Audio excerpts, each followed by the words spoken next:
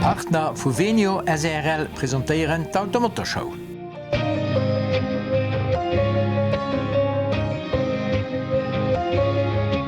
De Plug-in-Hybridauto gëtt immer méi beleeft. Hei deelen sich de Verbrenner an den Elektromotor derbecht. E Plug-in-Hybrid huet do ginint méi eng gros Batterie, die am Idealfall eng reng elektrisch Autonomie vu 50 km an noch nach do River ubiede kann. Am Meer an unserem Test sinn de Renault Captur e-Tense E-Tech Plug-in-Hybrid gefuer.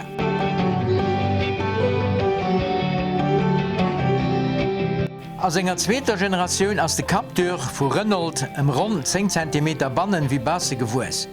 Bit sich Rolo als Plug-in-Hybrid dun.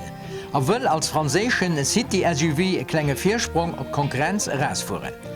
A Punkto Design ass net viel passéiert, mé e bëssen weiterentwickelt ginn. De fichten Deel geht och an déi Richtung vum Clio, mat deme jo och die nei E-Tech Hybrid verbënnt. Seng breet LED-Luchten si gut am grosse Renault Grill integriert, breet Baguette rinnen no hannen d'Erseil of, a bringe noch de klenge Kontrast tëschen der 2 Färbe Lackierung. So wie dann die Schmuel, Flott, Luchten a Form vun engem Bau an dësem hënnechten Deel vum Auto afirsträchen.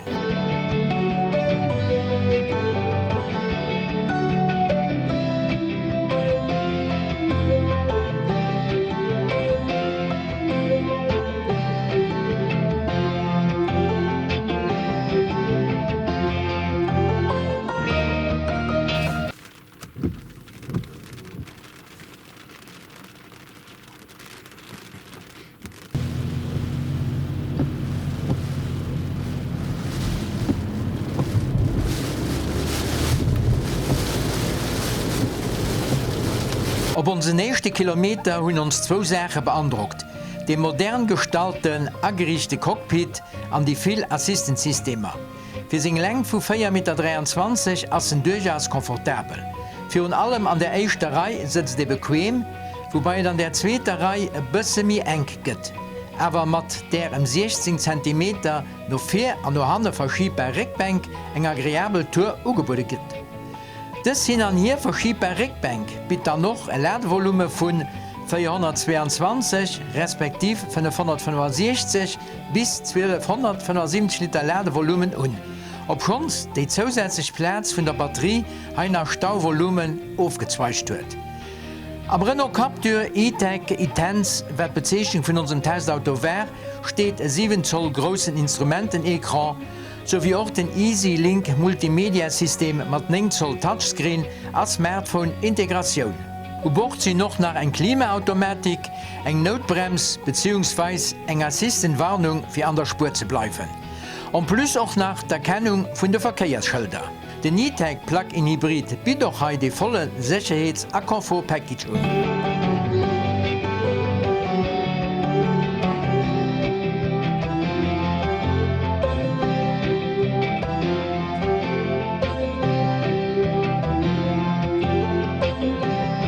Zwei Elektromotoren, en 1,6 Liter Benziner an eng Multimod-Boîte ohne Kupplung, die nahe mat den Nee kombinéiert, a bringen eng Leistung vun 150 PS an 300 Nm Drehmoment. Bis zu 65 km können durch eng Rekuperation an der Stadt laut Renault reng elektrisch gefuhr gehen. Demariert gedëmmer am elektrische Modus.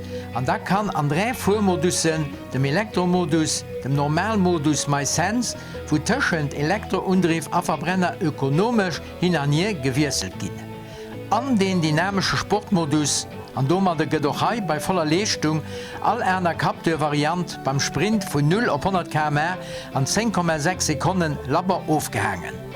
Anhält bei der maximaler Vitesse von 173 km/h dank E-Tech Hybrid auch gut mat. Und dieser Zusammenarbeit stellt die neue Multimod-Boîte einen großen Nundeel, ob schon sie ohne normale Kupplung auskennt. Aber im Wechsel von den Übersetzungen kaum etwas zu spüren ist. Auch schon allein, weil den Elektromotor jeno Leistungsanspruch den Undrief allein überhält, während der Verbrenner für den Strom Nachschub sucht. Alles das müssen wir ausprobieren. Beim Überholen oder auch noch auf der Autobahn, wo jo Leistung gefroht ist, drehen wir Benziner an Elektromotor parallel die 4 Räder un. Also es geht schon 4 un. Mit dem Normalverbrauch, der Renault mit 2 Liter ugeht, wäre nicht realisabel, bei uns stand schon eng Feier für drin.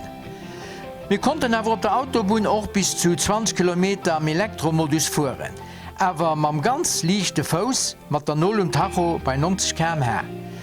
Hier geht Renault auch eine maximale Vitesse von 135 km/h und für mich nicht zu realisieren. Besonderer Spaß mit dem kleinen SUV während der Stadt oder an einer Ortschaft, wo die Captur E-Tech auch seinen Pluspunkt kann ausspielen. Und hier konnten wir auch 7 km agreeabel elektrisch fahren. Und laut Renault-Norm wären auch hier 50 bis 60 km mit einem großen Akku mit der Energie von 9,8 Kilowattstunden möglich. Könnte ich mir vorstellen, aber wir fährt schon 50 km an der Stadt. Auch noch ein Wort über die Doppelung von der Batterie. Die Lithium-Ionen-Batterie vom Captur E-Tech Plug-in Hybrid füllt sich entweder per Rekuperation oder per Kabel ab. Und noch je nachdem, wo das Kabel angesteckt wird, unterscheiden sich die Zeiten vom Laden. Und der normale 2,4 Kilowatt Steckdose daheim kann den Akku im Idealfall binnen 5 Stunden den vollen Jus haben. Und in einer 3-Phase-Wallbox von 3,7 Kilowatt Leistung bis zu 3 Stunden.